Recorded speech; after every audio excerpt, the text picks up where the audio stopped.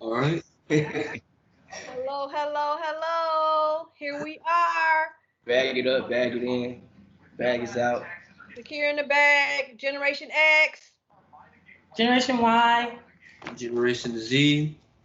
And here we are. We're on chapter 13a and 13b. I wonder if he know. What that is 213s. It's 213. 13 is the number of a transformation. Mm. Because if you look at 13, when you have 12 inches in the ruler, the next ruler goes to the next foot, the next foot next. When you have 12 hours on a clock, Yeah, it the goes to next hour goes to the next. So 13 is the number of transformation. I don't look at it as the number of what people say bad luck 13, but it's the number of transformation. it's when kids start to be a teenager too. Probably when they get bad. Yeah, 13. 13. So we're talking about entrepreneurship in multiple streams. I think this is going to be pretty quick. So who want to go first? Uh, first. Let Um, me see. I So guess a lot of times when you think multiple streams of income, I guess it was talking about how millionaires usually have at least seven streams of income. yes, And I think I was getting like the streams and the sources and how they was coming mixed up. yeah, Because the main one is the earned income, and I know they probably got a lot of different stuff earning as well. I guess it's the different ways to use that earned income that actually makes you the money on the back end as well. Like instead of just having to work, because people that probably work 3, 4 jobs and still like broke, right. like Because that's not a yeah, multiple stream. That's just a that's lot of jobs. jobs. Yeah. Right. And when they was talking about different stuff like different interests combining, guess a lot of stuff that they talked about in the stock exchange, um, like rental stuff, royalties, just like just different ways of generating income instead of just having the money that you actually have to go out and work and make. I think that I, was like the main thing that I got from it and seeing the different ways of getting the different kind. Like the first three, I think was like kind of like anybody can do it. You can start it up and start now, and right. once you probably got to work your way up to it, like having rental properties and things like that. Like you probably got to do a plethora of steps before you actually get to that level and able to do that. So you're And get moving that forward. specific stream. Yeah.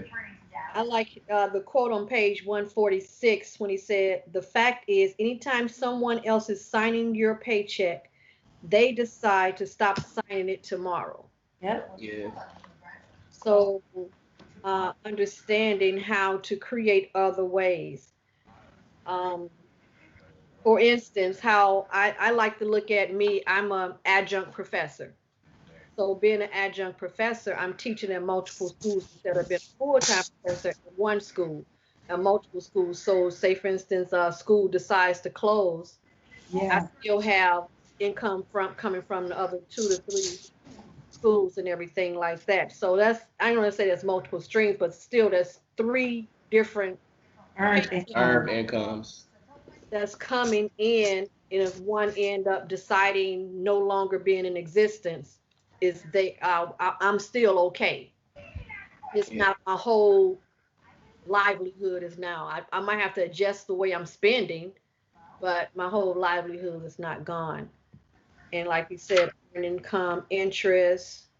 And I like because I was looking like same thing that you said, Dre Lavelle, the 7 streams of income. I was thinking I know what he's talking about, and then I start reading and start breaking it down more when he starts saying earned income and interest and rental income, royalties, which we know about royalties anyway. And you're working on that now, correct? Hmm. On getting the royalties together, so things like that, business profit. So different things to understand and to think like an entrepreneur and to think about. A lot of people don't think like an entrepreneur. That's fine. I like how he brought up not Jay Z, Warren Buffett. he brought on the way that they talk as well. He brought about, what did he say about JC? Do you think anyone talks to Warren the way your boss talked to you? What did he say your boss knows? Yeah, like the boss know that you need that job and you need like. Oh, I never, you know what? I never let a boss think I need their job. Hey, that's part of the stuff he was talking about, like in an earlier chapter, like 4 or 5, like knowing your worth and stuff like Yeah.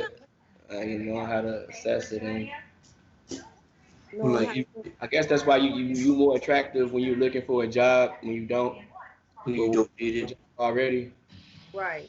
because I guess the relaxingness of it, or What's the noise in the background? The TV. I have no idea what you're talking about.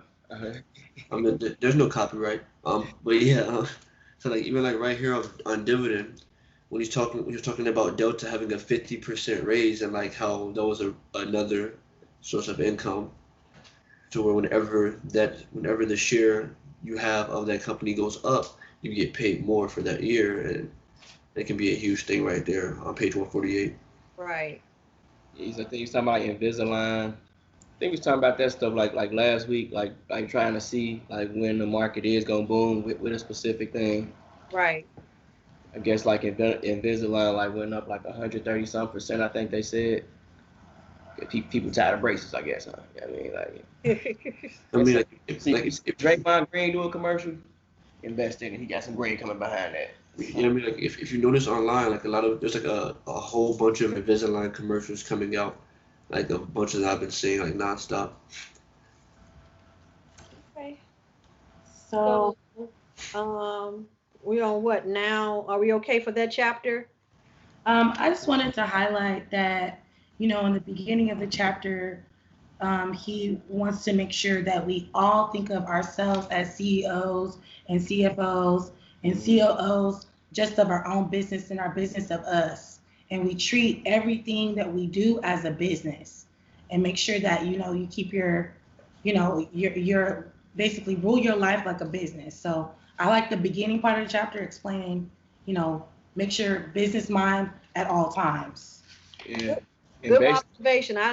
You're right. Good observation. He did like just try to get it out the way. Like, don't try to say you're not an entrepreneur. Yeah. Like everyone's an entrepreneur right now. Like you go grocery shopping, you're the COO of Stock in the Kitchen. Like stuff Right. like that. And if you Chief got executive. if you married or got kids, you're in human resource. I forgot exactly what he said. It was the chief executive.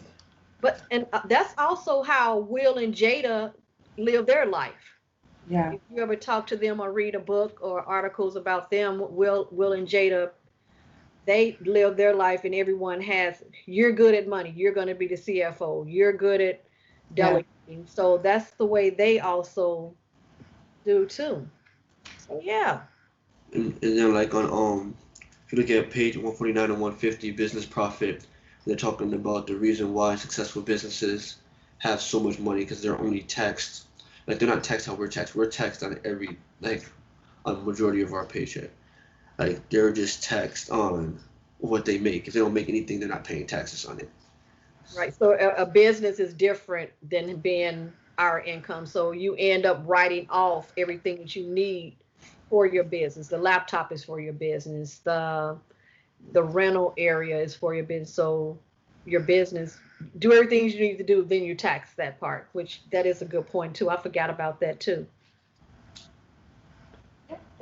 So next, chapter 13.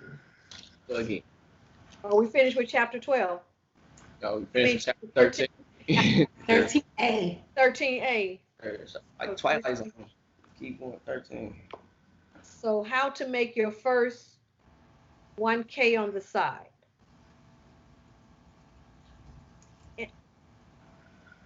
Basically, like you said, it said develop an idea, but I like the last paragraph, the last sentence on page 154. He said, don't initially focus on what you think you're good at or what you enjoy doing. Honestly, no one cares about what you think you're good at. Yeah. They might even disagree. No one cares about what you enjoy doing. The only thing people care about is if you have something that they want. What you can do for them. Yeah. Yeah, so like you said, become a problem solver. So what's out there? So regardless of say, oh yes, I'm good at this, and they don't care.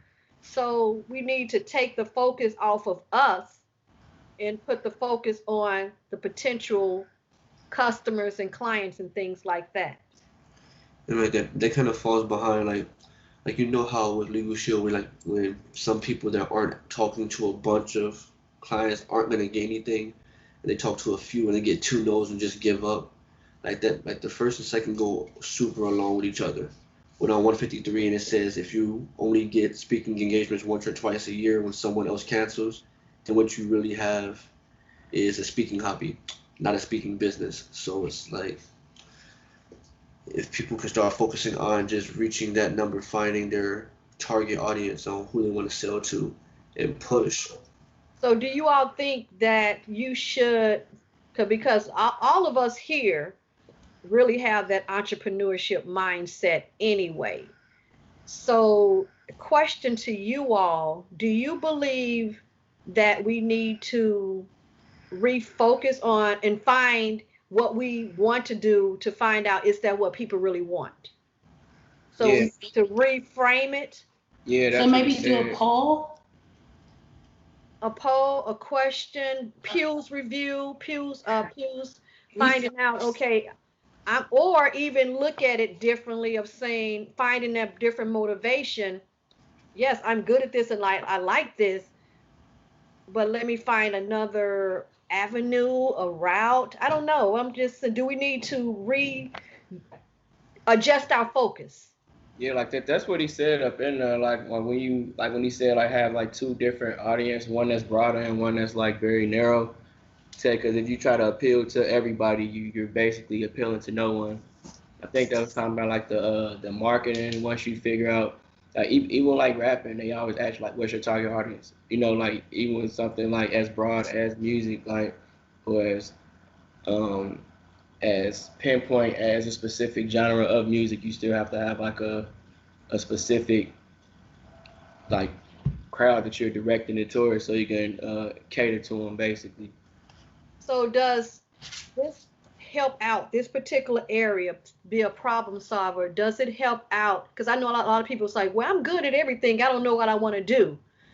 So do you believe it helps out to focus to find out what other people want? So now we can all find out, yes, I'm good at A, B, C, but really what people want is C. So now I know what to focus on instead of worrying about, yes, I'm good at A and B, but people really want C. It ends up Or use your skills eliminating. to make C better. No, no, I mean like how I look at it is someone can be good at three parts of A, but not really be good at the most important part of that same thing that people would really want. So like, say like someone's like makes soldiers or something, but they can't make cans. So now you just have something that's not needed. That's how Capri Suns was invented, man. Right. It wasn't a can. We put it in a Ziploc bag and we're gonna put a straw. Yeah, basically what it is. So Can's probably the most expensive part of it. They probably came up off that. right. Just having it. Then little kids can't mess it up. Can't do nothing wrong with it. Safe.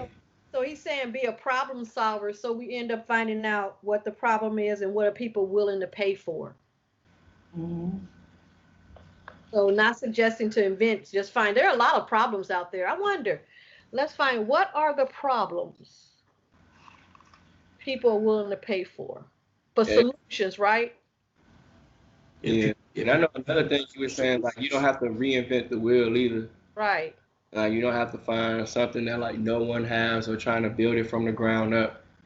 Like you can do stuff like a lot of people got restaurants just because the Burger King right there don't mean you can't put a McDonald's right next to it, you know. We call that in the business world the first mover's advantage and the second mover's advantage. So when I was doing the research for my dissertation, we need to find out, okay, what we're doing, am I a second mover or a first mover. So for instance, MySpace really was the first mover for social media. Right. Facebook came on, Yeah. learned from it, built from it. It wasn't so you end up, okay, how can I tweak certain things to make it better to become that second mover's advantage? However, we have it's you have to look at it because it's something called the first mover's advantage and also benefiting in building off of that first mover's advantage in the business world. So, like he said right here, it said Uber and Lyft are revolutionary services. That's to me, I don't know in Cali if it's like that, but in Chicago, we have something called livery services. It's called Livery, and people would drive their own cars to pick it up like a Uber or a Lyft, but they didn't have an app.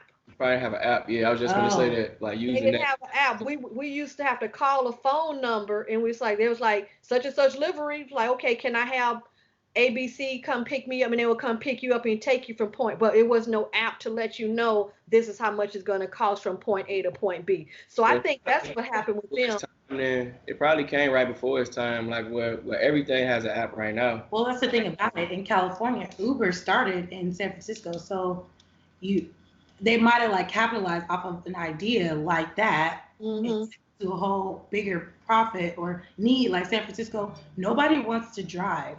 Too much taxis. Just like in New York, nobody wants to really drive. It's a waste to even buy a car because you have to park, and parking is high. So someone basically did, like you said, like don't reinvent the wheel. Just capitalize off of someone else's good idea and build off of that. Build off of that. Yes, I'm writing all this down.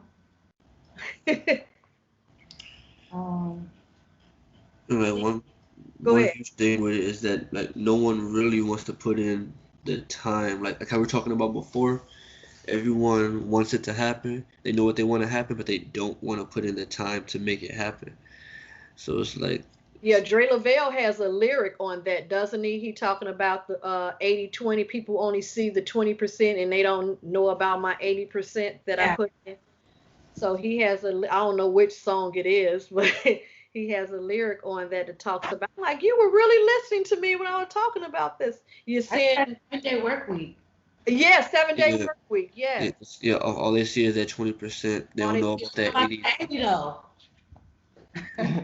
So you're overnight. My bad. You're overnight success, but for all the work that you done put in for the last 20 years. Right. Yeah.